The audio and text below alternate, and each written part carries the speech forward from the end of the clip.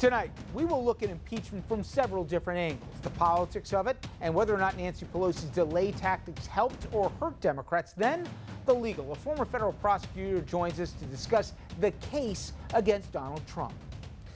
Later, we look abroad and the president continuing, unbelievably, to cozy up to the worst dictators and how they believe they have a friend at 1600 Pennsylvania Ave.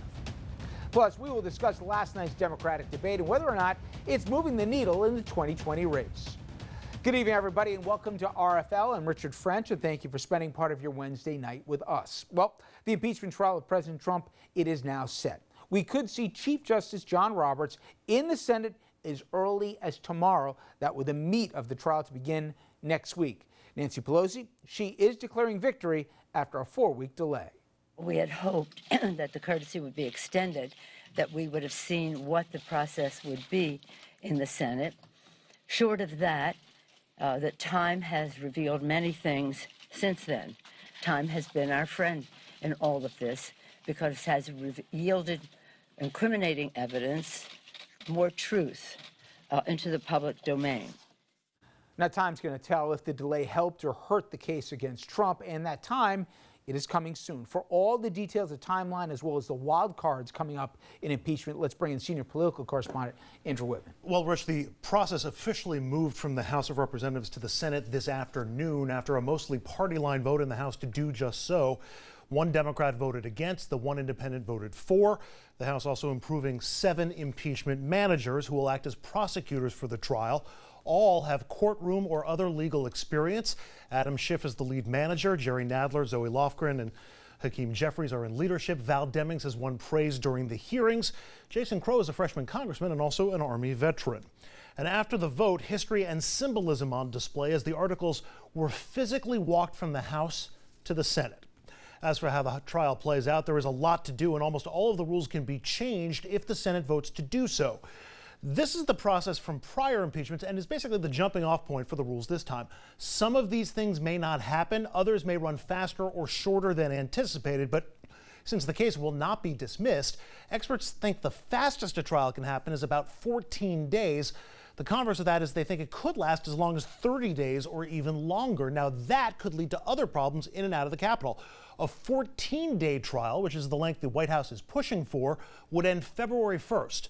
The trial will run 6 days a week until it's done, but a longer 30-day trial would run into February through the Iowa caucuses, the State of the Union address, and the New Hampshire primary. And keep in mind, 3 Democratic senators who will be jurors in this trial are also still presidential candidates. A longer trial could also be influenced or altered by other developments, like new evidence. We've already gotten some from Giuliani associate Lev Parnas. We'll have more on that in just a few moments. And we're almost certain to get a ruling in the Don McGahn case during the trial. Now, if the court rules that Trump's former White House counsel must testify to the House, that could also impact the impeachment trial. Which brings us to the Senate math, which of course is stacked against the Democrats, but maybe not as much as you might think. It would take 67 votes to convict and remove Trump, and with only 47 Democrats in the Senate, that means 20 Republicans would need to vote to flush Trump, and frankly, that ain't gonna happen. But it only takes 50 or 51 votes. Chief Justice John Roberts would break ties on any 50-50 votes. When it comes to motions in the trial for things like witnesses, that means only 3 or 4 Republicans can seriously alter how this trial plays out, and they already have. Mitt Romney, Lisa Murkowski, Susan Collins, and Lamar Alexander are all now demanding a vote on whether to call witnesses, so that vote will happen, though we don't know how those 4 senators will vote or when that vote will happen. The other names on this list, Martha McSally and Richard Burr, are the other Republicans being watched very closely as the trial begins. Rich? Thank you very much, Andrew. Now that impeachment is moving forward, many people, they're questioning whether Speaker Pelosi's nearly 1-month delay was actually a political victory for Democrats or a disaster. Well, an opinion piece in the Washington Post says it was indeed a win for Pelosi and her caucus. Let's bring in the writer of that article, Post op-ed columnist Dana Milbank. And Dana, you start off your piece by saying, quote, "This has to be one of the most successful failures, one of the most triumphant defeats in modern political history." She wanted witnesses clearly to testify, and she didn't get it. How in the end did Pelosi put herself and her party in a better position than she was a month ago? Well, in various ways, Richard, some of them intentional, some of them accidental. I think she clearly didn't get the primary thing she was looking for, which was some sort of guarantee about evidence being admitted in terms of documentary evidence or in terms of witnesses being heard from in the Senate. However, during these 28 days, it appears that the Democrats are in a better position to get a more thorough trial in the Senate. The very notion of dismissing the charges, as the president has asked for, now seems to be a very remote possibility.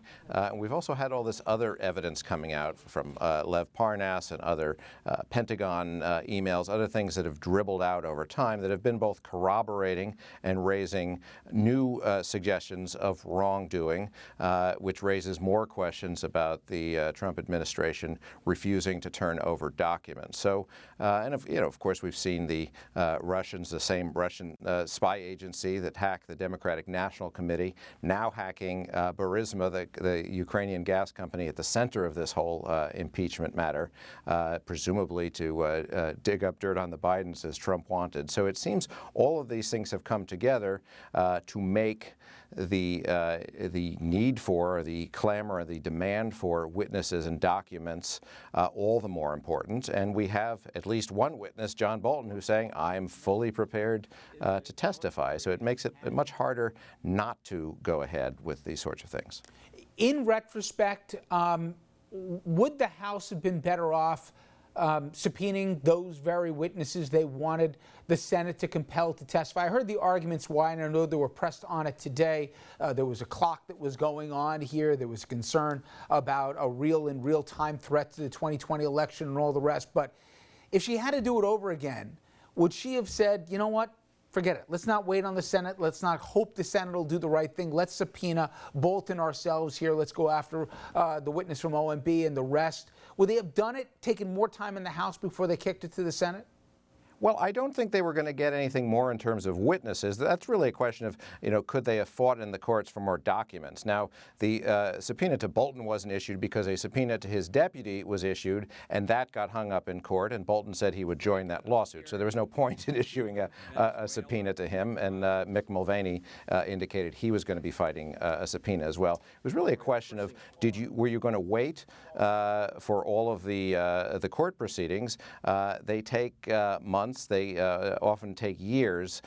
They would get the answers to these court proceedings very likely after the election.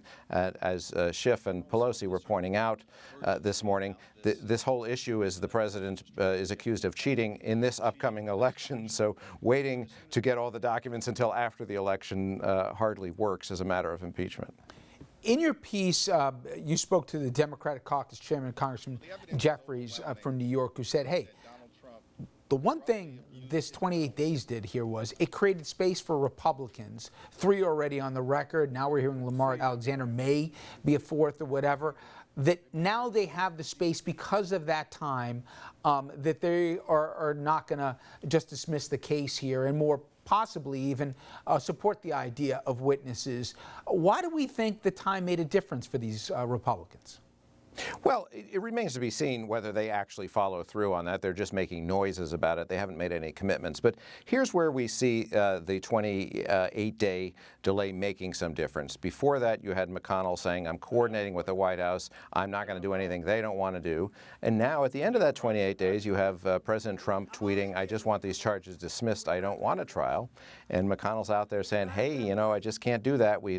There's no enthusiasm for that approach in the Republican caucus. So clearly they're not doing Trump's bidding instantaneously the way McConnell suggested they would be at the beginning of this. So I think that's concrete. Whether it's changed 4 Republican senators' minds, I think that's a bit soft. I think that remains to be seen. But at the very least, it's quite clear that the idea of dismissing the charges outright without really having a trial at all, probably, if that were done over the holidays, they could have gotten away with it. It does no longer appears that's even a possibility. At the risk of the pop psychology, I think all of us have tried at one point or another to put some of these folks on the couch. But nonetheless, I believe if we've learned anything in the last 3 years, there is a decent-sized portion of the American population that wants a show. Now, I speak for myself. I think for you, the destruction of norms along the way is going to be a scar in this country. But nonetheless, people want any kind of show. If some of the Republicans either won't put cameras in for some of the hearings, or moreover, will make sure this thing is a rush to judgment with no witnesses, etc., I think as much as people may have concern about whether it's a fair trial, they believe they'll be deprived from real voices. How concerned are Republicans, especially those in vulnerable districts and states, that this could come back and bite them? This might be what the president wants, but this may not be what their electorate wants, and they're going to have a hard time answering that question between now and November. Well, first of all, there aren't a whole lot of those senators. There's maybe 4 or 5 who are theoretically vulnerable. There's others, such as Lamar Alexander, you cited, who are retiring, so that they've really got nothing to lose and they can follow their conscience on this. I think the biggest risk for these senators is that they vote not to hear the evidence, they vote to acquit, and then subsequently the evidence dribbles out anyway. It seems to be happening regardless, or the lawsuits are won and the evidence comes out, and it turns out that everything that has been alleged and documented so far is documented in a more overwhelming way. That's the sort of things that happen with these Lev Parnas notes. Now it appears, at least, that a United States ambassador to Ukraine was under surveillance and possibly the threat of violence from people working with Rudy Giuliani, Trump's personal attorney. We didn't know any of that before. So that's the danger, is something really damaging comes out and they look like they were apologists allowing something truly insidious to happen. And that, to me, take morality out of the question here. Bolton's book is going to come out before the election. This doesn't just all go away if they don't convict the president, like neither you or I believe they will.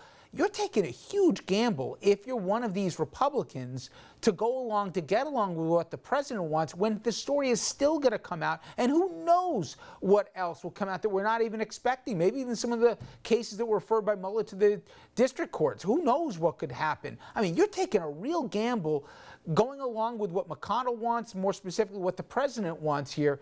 It could bite you. I think it could, and you know, there, as Rumsfeld said, the known unknowns and the unknown unknowns. They just don't know what else could have occurred. They do know what the president is capable of doing. I'm not sure that John Bolton himself is necessarily that sort of a threat. We have no idea what he's going to say, but they are rolling the dice on that. The real danger is you know, these lawsuits are proceeding. These documents come out, and then people will legitimately say, okay, why didn't you ask questions about this when you could have? Danny Milbank, as always, I appreciate a few minutes. Thank you so much. Richard. All right, everyone, when we come back, we're going to get the legal side of this. We just talked to politics. A former federal prosecutor, he'll join us, take a look at the case that is going to be laid out against President Trump and whether or not more evidence could come out in the Senate trial that will prove to be damaging.